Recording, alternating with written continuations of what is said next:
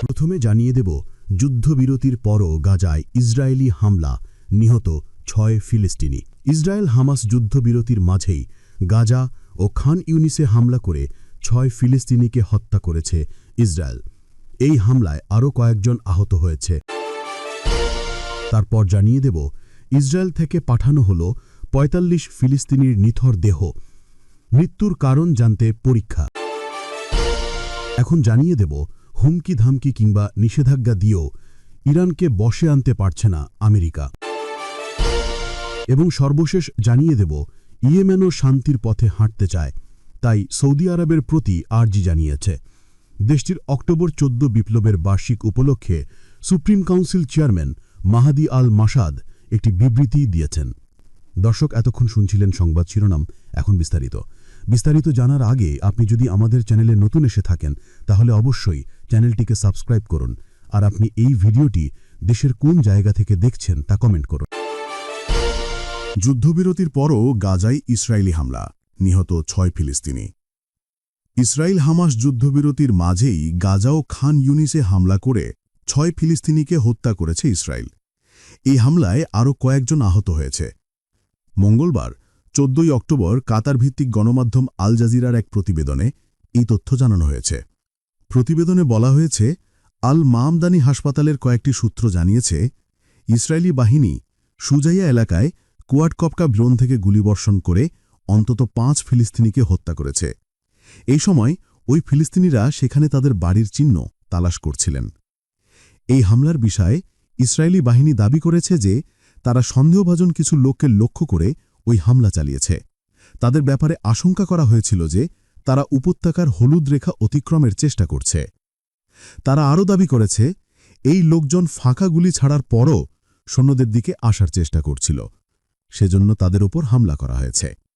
এই সময় তারা নির্দিষ্ট দিক নির্দেশনা মেনে চলার আহ্বান জানায়।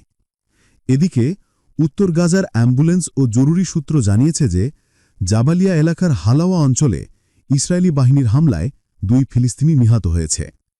অপরদিকে দক্ষিণ গাজার কয়েকটি ফিলিস্তিনি সূত্র জানিয়েছে, খান ইউনিসের পূর্বাঞ্চলী ফাখারি শহরে ইসরায়েলি ড্রোন হামলায় ১ ফিলিস্তিনি নিহত হয়।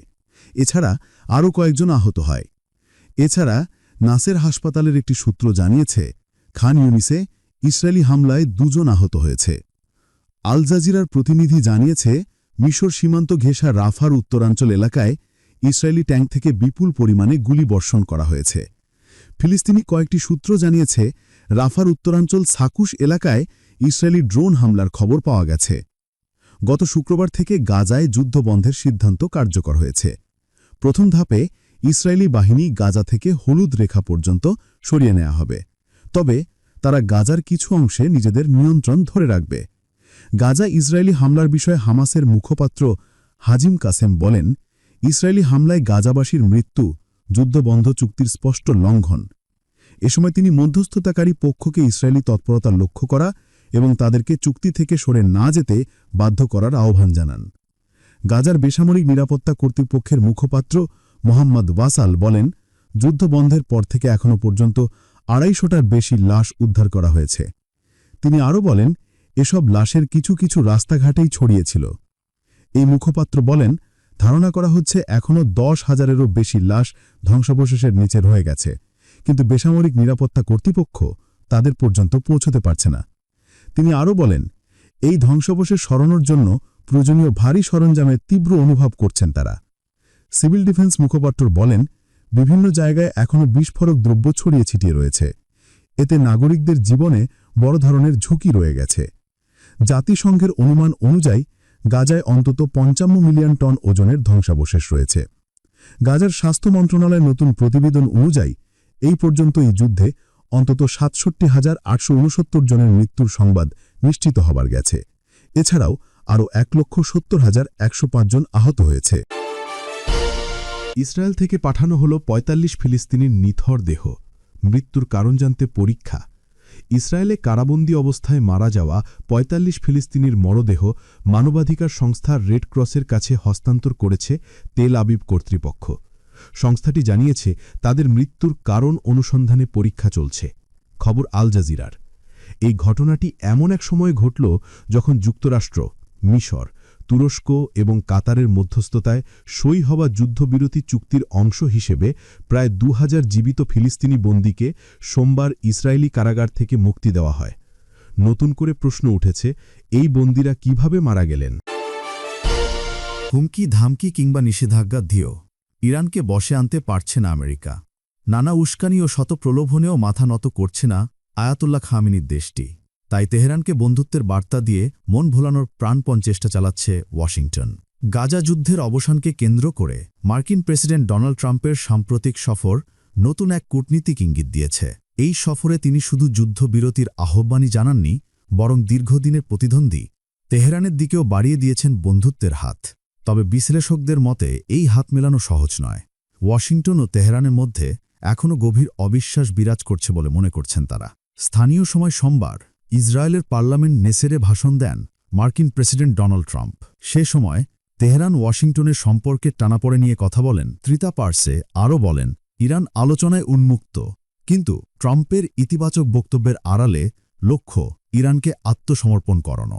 যতদিন তিনি শূন্য সমৃদ্ধকরণের দাবি ধরে রাখবেন, ততদিন কোনো চুক্তি সম্ভব নয় বলেও জানান তৃতা পার্সেই। ইরান যদিও কূটনীতির পথ পুরোপুরি বন্ধ করেনি, তবু আমেরিকার সঙ্গে আলোচনায় ফেরার কোনো তাড়া দেখাচ্ছে না তারা। শনিবার রাষ্ট্রীয় টেলিভিশনে দেয়া সাক্ষাৎকারে দেশটির পররাষ্ট্রমন্ত্রী আব্বাস আরাকচি বলেন, আমেরিকার পক্ষ থেকে যদি যুক্তিসঙ্গত, ভারসাম্যপূর্ণ ও ন্যায্য কোনো প্রস্তাব আসে, তা বিবেচনা করবে তেহরান। ইয়েমেনও শান্তির পথে হাঁটতে চায়, তাই সৌদি আরবের প্রতি আর্জি জানিয়েছে। দেশটির অক্টোবর ১৪ বিপ্লবের বার্ষিক উপলক্ষে সুপ্রিম কাউন্সিল চেয়ারম্যান মাহদি আল মাসাদ একটি বিবৃতি দিয়েছেন। সেখানে তিনি উল্লেখ করেছেন, ইয়েমেনের পূর্ণাঙ্গ স্বাধীনতার জন্য সংগ্রাম অব্যাহত থাকবে। বিবৃতিতে সৌদি আরবের প্রতি আহ্বান জানানো হয়েছে যেন ইয়েমেনে আগ্রাসন, দখলদারিত্ব, খবরদারি বন্ধ করা হয়। একই সঙ্গে গাজা পুনর্গঠনেও সহযোগিতা করতে ইয়েমেন আগ্রহ প্রকাশ করেছে বিবৃতিতে। ইয়েমেনের শিয়া মতাদর্শী সশস্ত্র বিদ্রোহী গোষ্ঠীর সঙ্গে জাতিসংঘ ও পশ্চিমা সমর্থিত সৌদি আরবের নেতৃত্বাধীন জোটের ব্যাপক ঝামেলা ২০১১-১২ সাল থেকেই মূলত ইয়েমেন সংকট শুরু হয়। ২ দশক ধরে প্রেসিডেন্ট হিসেবে থাকা আলী আবদুল্লাহ সালেহকে অপসারণের জন্যই মূলত আন্দোলনটি শুরু হয়। সালেহ ক্ষমতা ত্যাগ করলে তার সাবেক উপরাষ্ট্রপতি আব্দুর রহমান মানসুর হাদি সরকার গঠন করেছিলেন। ইয়েমেন ১৯৯০ সালে পূর্বে দক্ষিণ ও উত্তর ইয়েমেনে বিভক্ত ছিল।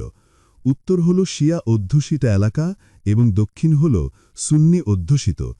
১৯৯০ সালে দুই ইয়েমেন একত্রিত হলেও গভীর বিভাজন চলমান ছিল।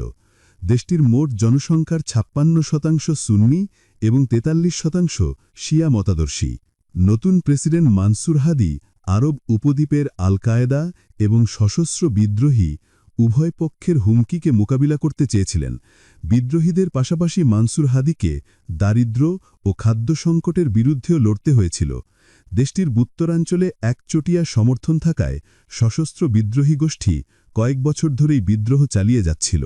২০১৫ সালের ২৬শে মার্চ থেকে সৌদি নেতৃত্বাধীন জোট হামলা চালালে যুদ্ধ চূড়ান্ত রূপ পরিগ্রহ করে। দক্ষিণাঞ্চলের বন্দরে এডেন থেকে এপ্রিল মাসে প্রেসিডেন্ট হাদি পালিয়ে যান। ইয়েমেনের সশস্ত্র বিদ্রোহী গোষ্ঠী আর নিরাপত্তা বাহিনীগুলো ছিল আগের প্রেসিডেন্ট সালেহের প্রতি অনুগত। এরপর তারা সমগ্র দেশে নিয়ন্ত্রণ নেওয়ার চেষ্টা করেছিল। মূলত ইরান তাদের সমর্থন দিয়েছিল। সৌদি আরবের নেতৃত্বাধীন আরব সামরিক জোটই মূলত ইয়েমেনের সশস্ত্র বিদ্রোহী গোষ্ঠীর বিরুদ্ধে সামরিক অভিযান চালায়। তাদের লক্ষ্য হচ্ছে ইয়েমেনে জাতিসংঘ সমর্থিত এবং আন্তর্জাতিক মহলে স্বীকৃত সরকারের পুনঃপ্রতিষ্ঠা করা। জাতিসংঘ ২০২২ সালের ২রা এপ্রিল ইয়েমেনের যুদ্ধরত পক্ষগুলোর মধ্যে একটি ২ মাসে যুদ্ধবিরতির মধ্যস্থতা করে, যার মধ্যে ইয়েমেনের সশস্ত্র বিদ্রোহী গোষ্ঠী নিয়ন্ত্রিত এলাকায় জ্বালানি আমদানি অনুমতি এবং সানা বিমানবন্দর থেকে জর্ডান ও মিশরে পরিচালিত কিছু ফ্লাইট অন্তর্ভুক্ত ছিল। কিন্তু জাতিসংঘের মধ্যস্থতার প্রতিষ্ঠিত যুদ্ধবিরতি লঙ্ঘন করে সৌদি নেতৃত্বাধীন আরব জোট ইয়েমেনের উপর আবারও হামলা চালায়। কৌশলগতভাবে ইয়েমেনকে নিয়ন্ত্রণ করার ব্যাপারটি গুরুত্বপূর্ণ, কারণ দেশটি বাব আল মানদিবের উপর জলহিত সাগর এবং এডেন উপকূলের সংযোগস্থল। বিশ্বের সবচেয়ে বেশি তেলের সরবরাহ এখান থেকেই হয়ে থাকে।